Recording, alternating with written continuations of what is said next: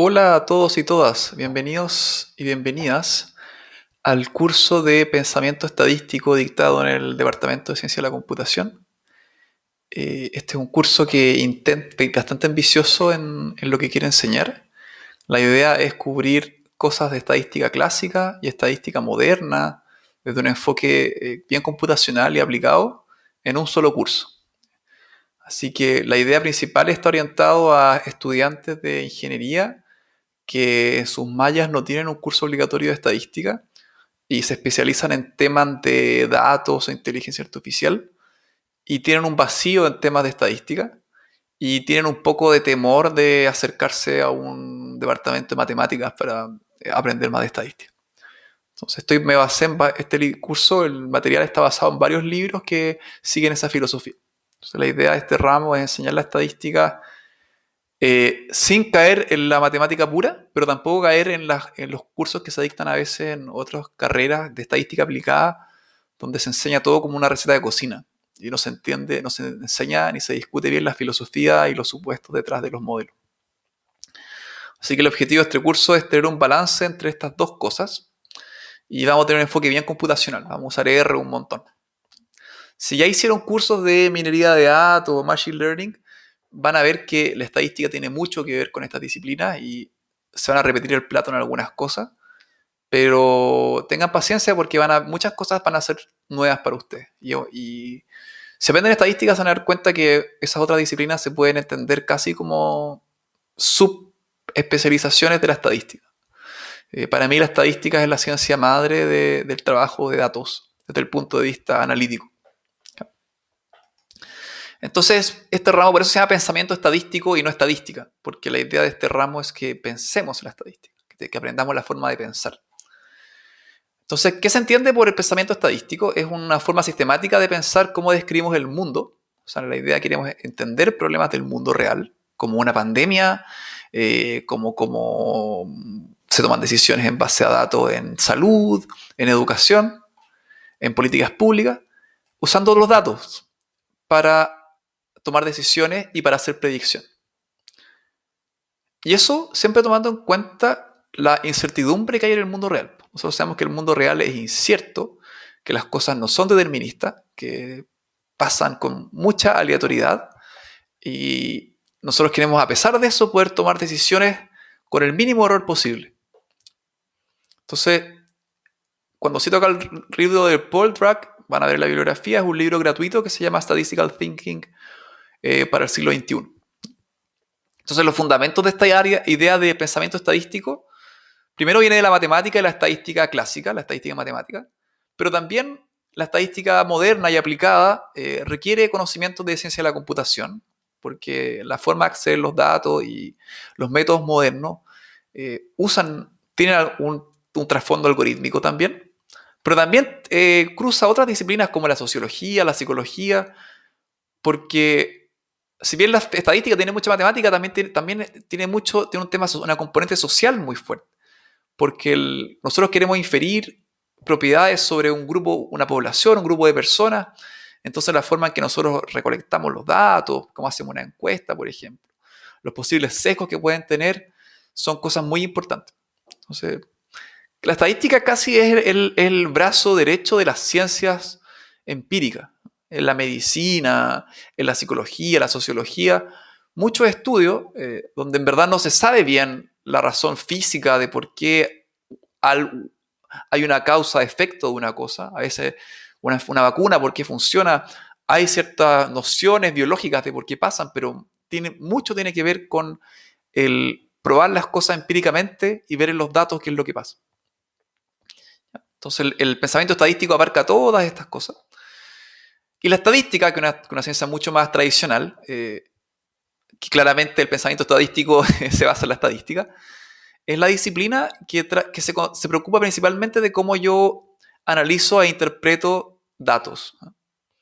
Eh, que si uno ve qué es Machine Learning o qué es minería de datos, también están todos en la misma línea. De cómo yo aprendo, extraigo conocimiento, extraigo valor, interpreto datos y los datos reflejan fenómenos. Hagamos un paralelo entre lo que es el pensamiento estadístico y la intuición humana, ¿no? O sea, muchas veces nosotros tomamos decisiones en base a nuestra intuición. Siempre cuando nos ponen en en una toma de decisiones a las personas y no nos dan un tiempo de analizar con datos, nos pasamos nuestra intuición, que es nuestra experiencia y otras características humanas para hacer la toma de decisión. Pero muchas veces la intuición nos da respuestas equivocadas.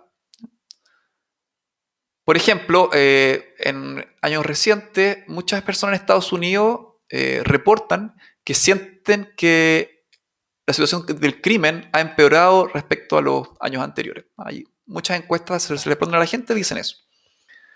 Pero si uno analiza los datos, efectivamente puede ver que el crimen violento ha decrecido desde los años 90. Entonces, se ve que la percepción y la intuición es distinta a la realidad. ¿Por qué pasa a nivel psicológico, como estudian los psicólogos? ¿Por qué pasa esto? Porque nosotros en nuestro cerebro usamos heurísticas cuando nosotros usamos la intuición, que son estos atajos. Y estos atajos se basan eh, nuestras mejoras como adivinanzas de lo que puede pasar. Y en muchos casos esas cosas están erradas. Entonces, como el mensaje que les quiero dar primero en este curso es, dejemos la intuición de lado y volvámonos personas empíricas. Y tomemos nuestras decisiones, nuestros análisis en base a los datos. Creamos en la estadística. ¿En qué nos puede ayudar la estadística a nosotros, como científicos o ingenieros? Principalmente en tres cosas. Uno, describir el mundo. Otro, tomar decisiones. Y otro, hacer predicciones. Describir el mundo es complejo. Sabemos, no sé, queremos entender la pandemia, queremos entender temas de economía, crisis económica, financiera. Es muy difícil entender el mundo, pasan muchas cosas. Entonces, tener alguna forma de, a medida de mirando datos, describir lo que pasa, es una forma de simplificar esta complejidad y que nos ayuda a entender lo que pasa y a describirlo. También la estadística nos ayuda a tomar decisiones. A veces en base a los datos tenemos que tomar una decisión. En políticas públicas a veces uno quiere decir, me vale la pena poner fondos públicos en educación pública o en ciencia. A veces no puedo poner las dos cosas porque tengo un presupuesto acotado. Entonces a veces, si tengo que tomar esas decisiones, mucho mejor si lo puedo hacer de lo más informado posible y no en base a la intuición. Y en ese caso la estadística nos ayuda, porque nos ayuda a resumir los datos de una forma que nos permita tomar decisiones lo más informado posible, sabiendo siempre que hay incertidumbre y siempre que nuestras decisiones pueden fallar, basadas en la estadística. Pero nuestra idea es poder medir de alguna forma la probabilidad de equivocarnos. Y tercero, que se usa mucho en Machine Learning sobre todo, que es la disciplina hermana de la estadística, es predecir. En muchos casos queremos predecir el precio de un commodity, de una divisa, el clima, la cantidad de usuarios que voy a tener en mi sitio web, la cantidad de personas que se van a enfermar el día de mañana, la cantidad de camas UCI que voy a tener ocupadas en una pandemia. Todas esas predicciones basadas en conocimiento previo, yo las puedo hacer a través de la estadística. Entonces, si pensamos en la estadística como las tres grandes cosas que podemos hacer, describir el mundo, tomar decisiones y hacer predicciones. Siempre tomando en cuenta que el mundo es incierto. Veamos esto con un ejemplo. La grasa saturada. Supongamos que partimos de una pregunta de investigación. La pregunta ¿es el consumo de grasa saturada en nuestra dieta algo malo? ¿Ya? Acá tenemos una foto de tocino, salchicha, longaniza, etc., ¿no? Una cosa muy rica, queso. Si uno se va al sentido común, uno sabe que si uno come mucha grasa, estas grasas se van en nuestro cuerpo, ¿no es cierto? Ya me he visto muchas fotos en que a la gente se le tapan las arterias por las grasas, entonces uno pensaría que comer mucha grasa va a tapar nuestras arterias. Uno pensaría esa relación causa-efecto, y uno pensaría entonces que comer mucha grasa es malo. Entonces el efecto, un enfoque para atacar esta pregunta sería, y le pregunto a los expertos en nutrición. Entonces los expertos en nutrición, por ejemplo, que hacen los guidelines, que son las recomendaciones para el consumo de alimentos y y Medicamentos de Estados Unidos, la US Food and Drug Administration, una de sus recomendaciones es que una dieta saludable debiese limitar el consumo de grasas saturadas. Y uno, que le cree a estos expertos, esperaría entonces que todas estas recomendaciones se basan en buena ciencia. ¿Y cuál es la buena ciencia? La ciencia que usa estadística. Pero acá vemos cuando uno usa la estadística que puede ver que la intuición o la opinión de los expertos puede estar mala. La investigadora Nina Teicholz escribió un libro que se llama, con un estudio muy grande que se llama Big Fat Surprise. ¿Ya? Y explica por qué la mantequilla, la carne, el queso, en verdad pertenecen a una dieta saludable. Y este estudio fue muy disruptivo en el campo de la nutrición. Y propuso evidencia nueva, donde muestra que el consumo de grasa, de esta grasa, no es tan perjudicial como uno lo creería.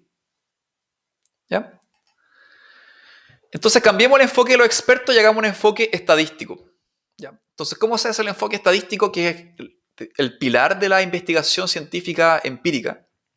¿Ya? Como en muchas disciplinas donde no tenemos... En la física tenemos teoría, ¿no es cierto? O sea, la física newtoniana tenemos teoría y podemos calcular, no sé, la velocidad, la aceleración y esas cosas, cuánto se demora una partícula en caer, sin necesidad de recopilar datos, porque tenemos leyes. Pero en muchas otras disciplinas, como las ciencias sociales, la salud, no tenemos leyes de ese tipo, no tenemos leyes de Newton. Entonces, la forma de que la ciencia revela relaciones de causa y efecto es en base a los estudios estadísticos y los estudios científicos que son en base a la recopilación de datos y el análisis estadístico. Entonces tratemos de responder la misma pregunta sobre las grasas saturadas, pero ahora haciendo un enfoque científico estadístico. ¿Ya? Entonces hay un estudio que se llama Pure, ¿ya? Que es un estudio bastante grande donde se estudiaron las dietas alimenticias y ciertas variables de salud, por ejemplo la probabilidad de muerte, para más de 135.000 personas en 18 países distintos. ¿Ya? Y uno de los análisis que reporta este dataset habla sobre el consumo de varios tipos de macronutrientes. Por ejemplo, las grasas saturadas, que es lo que nos importa a nosotros, y otro tipo de macronutriente que también se relaciona, que puede, por ejemplo, a temas como obesidad, que son los carbohidratos. Los carbohidratos los encontramos en cosas como el arroz, la papa. Entonces el estudio trataba de relacionar el consumo de grasas saturadas y carbohidratos con la probabilidad de morir en el periodo siguiente. Entonces, para eso se le hizo un seguimiento a las personas por una mediana de 7,4 años. Vamos a aprender lo que es una mediana en las próximas clases. Pero una mediana es el punto exacto que separa los datos en dos mitades. O sea, si la mediana de 7,4 años significa que la mitad de la gente estudiada se siguió por menos de 7,4 años y la otra mitad por más de 7,4 años. ¿Ya? Y lo que se observa en este gráfico, que es muy interesante, es lo que uno no se esperaría. ¿Ya? O sea, acá tenemos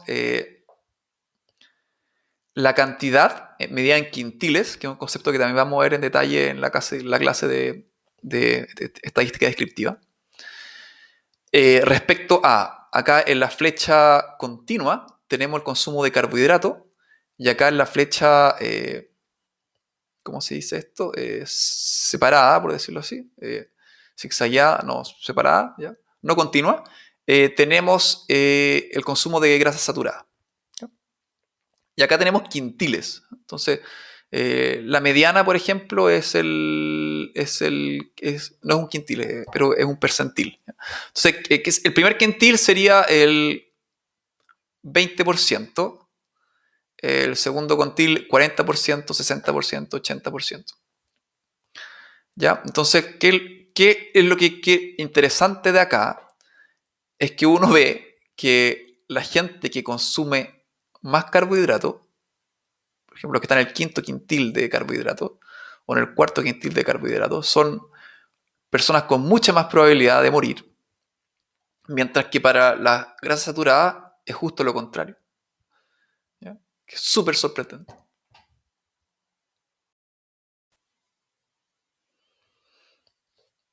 Ya, expliquemos un poquito mejor el gráfico este. Entonces los investigadores acá separaron el grupo de estudio, que era esta población, este grupo de estudio de 135.335 personas participantes, que es nuestra muestra, sample en inglés, en 5 grupos, que son los quintiles. El primer quintil contiene el 20% de las personas con el consumo más bajo de uno de los dos macronutrientes, que son los carbohidratos y las grasas saturadas. Y el quinto quintil, el 20% con el consumo más alto. Entonces después los investigadores calcularon qué tan frecuentemente las personas morían en esos grupos durante el periodo de tiempo posterior a que las personas fueron medidas. Entonces este riesgo relativo siempre se compara en función al valor del quintil más bajo. Siempre el riesgo es en base al quintil más bajo, por eso tenemos valores a veces mayores a 1.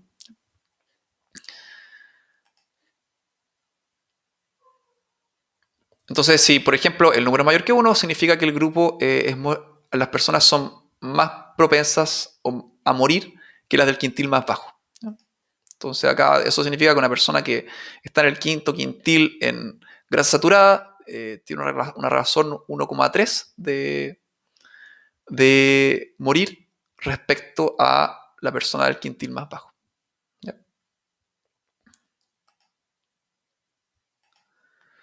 Lo que nos dice la figura es bastante claro, ¿no? Lo que nos dice es que la gente que come más grasa saturada tiene una probabilidad de morir más baja. Y se ve lo opuesto para carbohidratos. Entre más carbohidratos una persona come, más probable es que la persona muriera. Entonces, este ejemplo nos muestra que nosotros podemos usar la estadística para descubrir un dataset complejo, o sea que teníamos muchos datos, solamente en un conjunto mucho más chiquitito de números. ¿Ya? Se vieron que resumimos de 135.000 puntos, solamente podemos entender lo que pasa resumiendo esto solamente en 10 puntos. Eso es algo interesante de la estadística, cómo podemos resumir información. Si tuviéramos que mirar, ¿no es cierto?, los datos uno a uno, sería mucho más difícil tomar decisiones o hacer un análisis. Estaríamos totalmente, si vemos 135.000, una tabla con 135.000 filas, no entenderíamos nada. Y sería mucho más difícil también entender los patrones. Otro aprendizaje que tenemos que hacer o reflexión de la estadística es que a pesar de las figuras que se ven acá, siempre tenemos que saber que hay mucha incertidumbre en los datos, ¿no? También hay muchas personas que murieron tempranamente a pesar de que hayan tenido una dieta baja en carbohidratos y otras personas que comieron un montón de carbohidratos y vivieron hasta una vejez bastante avanzada. Entonces, asumiendo esta variabilidad, lo que nos gusta de la estadística es poder decidir si estas relaciones que encontramos son suficientemente grandes o fuertes para que uno pueda esperar de que no sean aleatorias, de que realmente hay un patrón. La estadística nos ayuda, sobre todo la estadística, la inferencia frecuentista, que es una forma de hacer inferencia estadística, que vamos a ver en este curso. Nos da herramientas para tomar este tipo de decisiones y darnos ciertas garantías sobre qué tan poco probable es que el resultado haya pasado solo por aleatoriedad, por chance, ¿ya? Por azar. Muchas veces pensamos que ese es el único objetivo de la estadística, que nos ayuda a tomar estas decisiones blanco-negro. Si hay un patrón, no hay un patrón. Las grasas saturadas sí son buenas o no son buenas. Pero quiero que aprendamos de este curso, sobre todo cuando veamos la inferencia bayesiana, que tomar decisiones simplemente con datos que son totalmente difusos, estas decisiones blanco y negro, si hay algo o no hay algo, si hay algo estadísticamente significativo o no, le ha hecho mucho daño a la ciencia. Entonces, yo quiero que se aprenda en este ramo que una cosa importante de la estadística es que uno mida la incertidumbre también. Y uno pueda medir cuánto yo le creo a las cosas que estoy viendo en los datos. Y siempre sentir que la estadística yo no puedo demostrar nada, no puedo hacer demostraciones matemáticas Lo único que yo puedo es mostrar evidencia. Pero tengo herramientas matemáticas que me permiten a mí dar ciertas garantías a esas evidencias que yo estoy reportando. Otra propiedad muy importante de la estadística y también de Machine Learning, que supongamos que yo te digo después de hacer este estudio con el dato de Pure, que todo lo que aprendimos, esta relación entre grasa saturada y probabilidad de muerte y también carbohidratos y probabilidad de muerte, solamente nos da información sobre las personas que estudiadas en el estudio, no sería muy útil. Nosotros queremos que basado en los datos que tenemos podamos hacer predicciones sobre el futuro. Por ejemplo, una compañía de seguros nos gustaría poder usar los datos por ejemplo, le gustaría a partir del consumo de una persona de grasas y carbohidratos predecir su probabilidad de morir y en base a eso definir su póliza del seguro, ¿no? Que una forma bien oscura de usar la estadística, pero pasa cada rato. Pero una propiedad importante para que un modelo permita hacer predicciones es que uno espere que los resultados puedan generalizar más allá de los datos a situaciones distintas a las de los datos capturados. Ojalá, en muchos casos sobre el futuro. Y para eso los investigadores tienen que asumir que su muestra, que son los datos que usan, es representativa de una población más grande. Esto es un concepto que vamos a ver mucho en diseño de experimentos, en inferencia estadística, que generalmente uno quiere esperar que a partir de los datos uno quiera sacar conclusiones de una población. Piensen, por ejemplo, en la pandemia, cuando la gente prueba una vacuna, lo prueba sobre un grupo de personas voluntarias y espera que los aprendizajes sobre qué tan efectiva es la vacuna, sobre ese grupo de personas, ese aprendizaje permita ser extensible a la población global. Entonces, para eso necesitamos que nuestra muestra se construya de una forma de que sea una muestra no sesgada de la población. Y cómo construir esas muestras no tiene que ver con la matemática necesariamente. Hay metodología social de cómo hacerlo. Voy a hablar un poquito de eso en este ramo, pero es algo muy importante para hacer estadística. Para hacer buena estadística y buenos estudios, es pensar metodológicamente cómo uno recolecta sus datos. Por ejemplo, si el estudio Pure solamente hubiese reclutado personas vegetarianas, claramente uno no podría pensar que un grupo específico de la población, que tiene un sesgo, ¿no es cierto? Un sesgo de la población a gente que solamente consume ciertos tipos de alimentación.